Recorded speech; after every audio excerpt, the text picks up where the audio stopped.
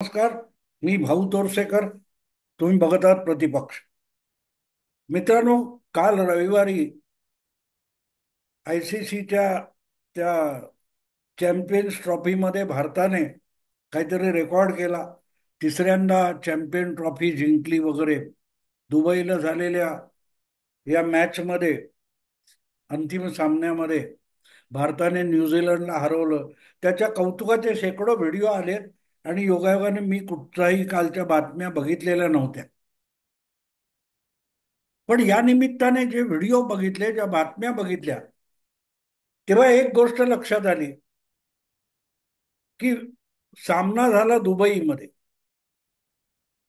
आणि या सामन्याचा आयोजक किंवा यजमान पाकिस्तान होता. आणि पाकिस्तान आयोजक किंवा यजमान असताना अंतिम सामना पाकिस्तानात न होता तो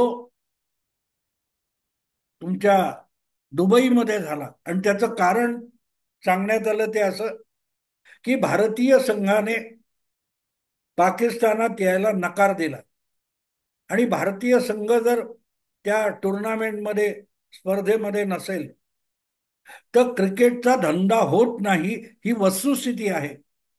शिवाय आज ICC, ज्याला इंटरनॅशनल क्रिकेट काय ते काउन्सिल वगैरे म्हणतात, त्याच्यावर सुद्धा भारताचा वरचष्मा आहे. आणि त्यामुळे या संस्थेच्या, आंतरराष्ट्रीय संस्थेच्या सगळ्या आर्थिक उलाढालीमध्ये भारताचा वरचष्मा आहे. आणि पाकिस्तान आज इतका आर्थिकदृष्ट्या डबघाईला आलेला आहे की ही स्पर्धा भरवण्यासाठी आवश्यक ते पैसे पाकिस्तानात उभे राहणं शक्य नव्हतं. आणि म्हणूनच पाकिस्तानला निमूटपणे भारताच्या अटी मान्य कराव्या लागल्या. आणि त्यामुळे बाकीचे सामने होतील तिथे होतील, पण भारतीय संघ ज्या सामन्यात भाग घेईल तो सामना पाकिस्तानात होता कामा नये, ही अट होती आणि ती मान्य झाली. आणि त्यामुळेच भारताचे सगळे सामने, अगदी पाकिस्तान बरोबरचा सामना सुद्धा पाकिस्तान बाहेर खेळवला गेला. म्हणजे आयोजक पाकिस्तान, आणि शेवटच्या क्षणी अशी परिस्थिती आली की पाकिस्तानच अंतिम सामन्यात सुद्धा नव्हता. किती, काय त्याला म्हणतात, नामुष्की म्हणतात, ती आपण बघतोय. पण म्हणून भारताचा द्वेष पाकिस्तान्यांकडून कमी झाला असं अजिबात म्हणता येत नाही. कारण रोज उठून भारताच्या विरुद्ध बोट मोडत बसायचं, नाक मुरडत बसायचं, यापेक्षा गेल्या पाऊण शतकामध्ये, 75-76 वर्षामध्ये पाकिस्तान दुसरं काहीही करू शकलेलं नाही. आणि म्हणून क्रिकेट पासून कुठल्याही क्षेत्रामध्ये, युद्धामध्ये असो, अर्थकारणामध्ये असो, प्रगतीमध्ये असो, इन्फ्रास्ट्रक्चरमध्ये असो, सगळ्या बाबतीत पाकिस्तानचा बोजवारा उडालेला आहे. पण तरीही पाकिस्तान म्हणून अभिमान बाळगणारा जो तिथला एक वर्ग आहे, त्या सगळ्यांची छाती अशी फुगून आलेली असते की आपण भारतापेक्षा मोठे आहोत हे सांगण्यात त्यांना धन्यता वाटत असते. आणि त्याप्रमाणेच मग पाकिस्तान हरला आणि न्यूझीलंडकडून तरी भारत हरावा, ही जी काही त्यांची अपेक्षा होती. पहिली गोष्ट म्हणजे या बाद स्पर्धेमध्ये किंवा अंतिम सामन्यामध्ये पाकिस्तानचा नंबरच लागला नाही. पण तरीही द्वेष काय असतो हे जर तुम्हाला समजून घ्यायचं असेल, पाकिस्तानच्या अस्तित्वामध्ये भारताचा द्वेष किती दाबून दाबून, ठासून ठासून भरलेला आहे, त्याचा नमुना म्हणून या दुबईतल्या अंतिम सामन्याच्या निकालानंतरच्या प्रतिक्रिया बघता येतील. किंबहुना सामन्याच्या आधीच्याही प्रतिक्रिया तुम्ही बघितल्या तर तुम्हाला द्वेष करणारी माणसं कसं बोलतात, कसा खुळा आशावाद पोचतात, त्याची चुणूक बघायला मिळेल. ठीक आहे, न्यूझीलंड अंतिम सामन्यात आला. आता न्यूझीलंडनं तरी भारताला हरवावं अंतिम सामन्यात, एवढीच पाकिस्तानच्या क्रिकेट शौकीनांची अपेक्षा होती. आता न्यूझीलंडने भारताला हरवलं असतं तर पाकिस्तानचं काय होणार होतं? काही होणार नव्हतं. सन्मान पाकिस्तानला मिळणार होता का? नाही. ट्रॉफी न्यूझीलंडला गेली असती. पण आपण ज्याला शत्रू मानतो त्याचं नाक कापलं गेलं, यातच पाकिस्तानला अभिमान वाटला असता. आणि म्हणून मी काही व्हिडिओ आणि प्रतिक्रिया बघितल्या की कमीत कमी न्यूझीलंडने पाकिस्तानचा बदला घ्यावा. काय अपेक्षा आहे? आम्ही भारताला हरवू शकत नाही, भारत आम्हाला हरवतो, क्रिकेट सकट सगळ्या गोष्टीत हरवतो. तर भारत हरलेला बघणं हेच आमचं सगळ्यात मोठं काय ते यश आहे. अशा अवस्थेपर्यंत पाकिस्तान जाऊन पोहोचलेलं आहे.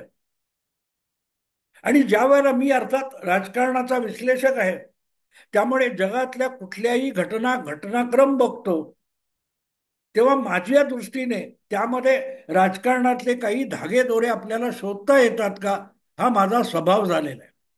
आणि म्हणून ही जी काही चॅम्पियन स्पर्धा झाली, त्या स्पर्धेमध्ये आपल्याला काही राजकारण सापडतं का, हे मी शोधत होतो. आणि मग माझ्या लक्षात आलं की जी आज पाकिस्तानची अवस्था आहे, किंवा पाकिस्तानी नागरिकांची, कट्टर स्वाभिमानी राष्ट्राभिमानी पाकिस्तानी नागरिकांची जी मानसिकता आणि मनोवस्था आहे, त्यापेक्षा उद्धव ठाकरे आणि उबाठा शिवसेनेची मनस्थिती किंचितही वेगळी नाही. किंबहुना ज्याला इंडी अलायन्स म्हणून आपण गेल्या लोकसभेच्या आधीपासून ओळखतो, ती भाजप विरोधातली जी आघाडी आहे, मग ती राजकीय पक्षांची असो किंवा भाजपचा द्वेष करणाऱ्या विविध पत्रकार आणि राजकीय विश्लेषकांची असो, त्या सगळ्यांची मनस्थिती ही पाकिस्तान सारखी झालेली आहे. आपण परत परत का पराभूत होतोय याचा शोध घेणं आणि आपल्या चुका परत परत रिपीट होणार नाहीत, त्यांची पुनरुक्ती होणार नाही, याकडे लक्ष देणं आवश्यक आहे. तर पाकिस्तानचं क्रिकेट सुधारलं असतं. या स्पर्धेमध्ये किंवा इतर वेळच्या कुठल्याही सामना आणि खेळामध्ये, स्पर्धेमध्ये पाकिस्तानला एक मोठं यश मिळवणं शक्य आहे, अशक्य गोष्ट नाहीये. पण ज्या वेळेला तुम्ही द्वेषाने प्रेरित झालेले असता, तेव्हा मग तुम्हाला आपला पराभव हा दुय्यम वाटतो. आपलं यश हुकलं याचं दुःख होत नाही, आपलं यश गमावल्याचं दुःख होत नाही. तेव्हा आपल्या शत्रू जो आहे तोही हरला याचा आनंद होतो. आणि मग अशाच आनंदावर जगायची वेळ येते. तुम्हाला काल परवाची गोष्ट आठवते, बरोबर 1 महिन्यापूर्वी दिल्लीमध्ये विधानसभेची निवडणूक झाली. त्या निवडणुकीमध्ये शिवसेना हा उमेदवारच नव्हता. शिवसेनेने एकही उमेदवार दिल्ली विधानसभेसाठी उभा केलेला नव्हता. केजरीवाल किंवा त्यांचा आम आदमी पक्ष हा भाजप विरोधातला सगळ्यात प्रमुख पक्ष होता, कारण तो सत्तेत होता. आणि त्याचा पराभव भाजपने केला. तो पराभव केजरीवाल यांनी मान्य केला, आम आदमी पक्षाने मान्य केला. निकालानंतर काही तासात केजरीवाल यांनी एक व्हिडिओ बनवून सोशल मीडियामध्ये टाकला की मी मोकळ्या मनाने हा पराभव स्वीकारतो आणि भाजपला यशासाठी, निवडणूक जिंकण्यासाठी त्यांच्या येऊ घातलेल्या सरकारला शुभेच्छा देतो. त्यांनी स्वीकारला पराभव.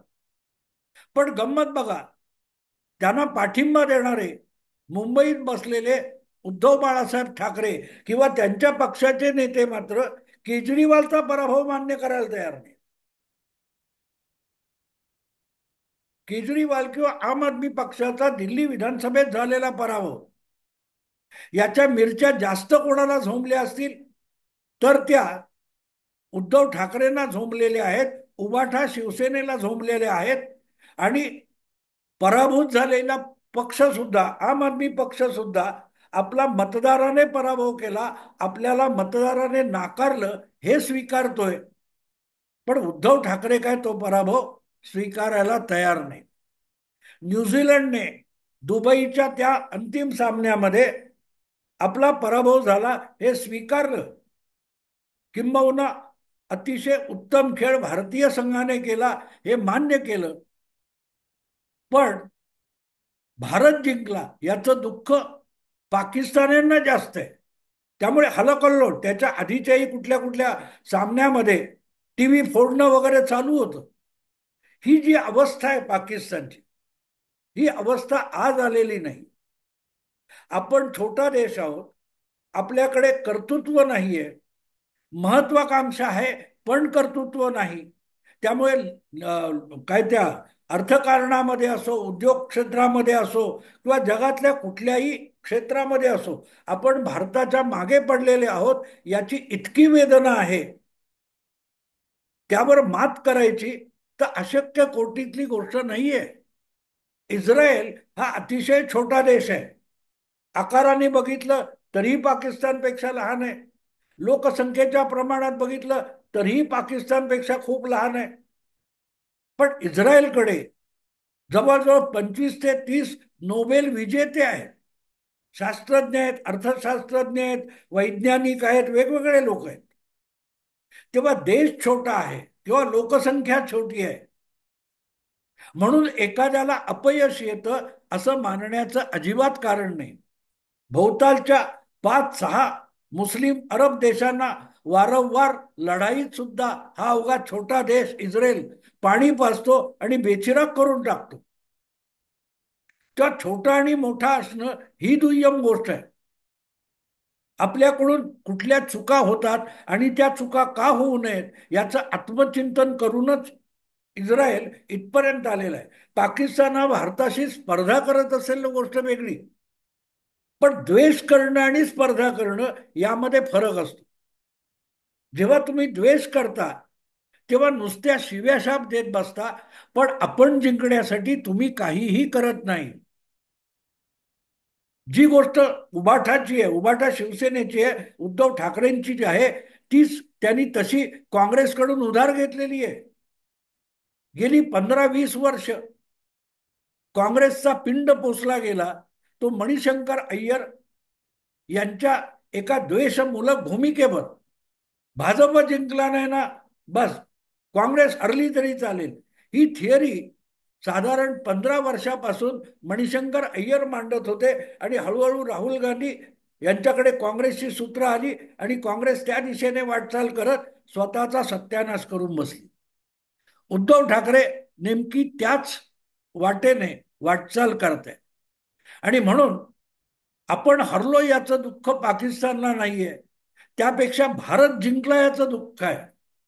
आणि म्हणून न्यूझीलंडचा पराभव झाला, न्यूझीलंड तो पराभव मान्य करतो, पण पाकिस्तानानं तो पराभव पचवणं न्यूझीलंडचा, म्हणजे पराभव कोणाचा? न्यूझीलंडचा. पण तो पचत नाहीये, तो पाकिस्तानला पचत नाही. नेमकी तीच अवस्था, मनोस्थिती आपण उद्धव ठाकरे यांच्यामध्ये बघू शकतो. की केजरीवाल पराभव मान्य करतोय, पराभव केजरीवालचा होतो, पण उद्धव ठाकरेंना तो पराभव पचवता येत नाही जो त्यांनी खाल्लेलाच नाही. पचणं म्हणजे काय असतं? तुम्ही जे खाल्लंय ते तुम्हाला पचायचं असतं, पण जे खाल्लंय, जो पराभव पोटात कोणाच्या गेलाय? केजरीवालच्या किंवा आम आदमी पक्षाच्या. पण तो पचत नाही कोणाला? उद्धव ठाकरेंना. आणि म्हणून उद्धव ठाकरेंची अवस्था किंवा त्यांच्या पक्षाची अवस्था ही हळूहळू करत पाकिस्तान सारखी होत चालली. आपण कुठे चुकतोय त्या चुका दुरुस्त करण्यापेक्षा अखंड टोमणे मारणं, शिव्याशाप देत बसणं, आदळआपट करणं, हातपाय आपटणं, ही स्पर्धा नसते. स्पर्धा असेल तर तुम्हाला मैदानात उतरून लढावं लागतं. समोरचा शत्रू कितीही ताकदवान असू देत, तुमची लढण्याची आणि जिंकण्यासाठी लढण्याची ईर्ष्या असेल तर तुम्ही कितीही बलाढ्य शत्रूला पराभूत करू शकता, तुम्ही जिंकू शकता, पण जिंकण्याची इच्छा असली पाहिजे. पाकिस्तान 75 वर्ष ज्या मनस्थितीतून गेलाय त्यातून तो उभा राहू शकलेला नाही, आपल्या पायावर उभा राहू शकलेला नाही, पण वल्गना मात्र प्रचंड केल्या जातात. गेल्या 5-7 वर्षामध्ये, हळूहळू करत 10 वर्षामध्ये उद्धव ठाकरे यांची अवस्था नेमकी तशी झालेली आहे. पित्या इतकं कर्तृत्व आपल्याकडे नाही. आणि आपल्या नाकर्तेपणाने पक्ष बुडवल्यानंतर त्याचं खापर भाजपच्या डोक्यावर फोडता फोडता शिवसेना अधिक डबघाईला घेऊन जाण्यापलीकडे उद्धव ठाकरे काहीही करू शकलेले नाही. आणि म्हणून तो जो दुबईच्या कुठच्या खेळपट्टीवर सामना झाला आणि भारताने चॅम्पियन स्पर्धा जिंकली, त्याच्यानंतर जी पाकिस्तान्यांचे वेगवेगळे व्हिडिओ मी बघितले, काही प्रामाणिकपणे सांगतायत की आपल्या चुका आहेत, आपण दुरुस्त करायला पाहिजे, आपले खेळाडू चांगलं खेळत नाहीयेत. शिवसेनेच्या बाबतीत आपली संघटना खिळखिळी झाली आहे, दुबळी झाली आहे, संघटना आणि पक्ष मोडकळीला आलेला आहे. हे सत्य स्वीकारलं तर त्यातून बाहेर पडता येईल. आपण चांगल्या लोकांना, चांगल्या गुणवान खेळाडूंना पुढे आणत नाही, आपला संघ मजबूत बनवत नाही, म्हणून आपला पराभव होतो, हे पाकिस्तानने स्वीकारणं आणि उद्धव ठाकरेंनी आपण पक्षाची संघटना धुळीस मिळवली ती परत नव्याने उभं करणं हाच त्यातला पर्याय आहे.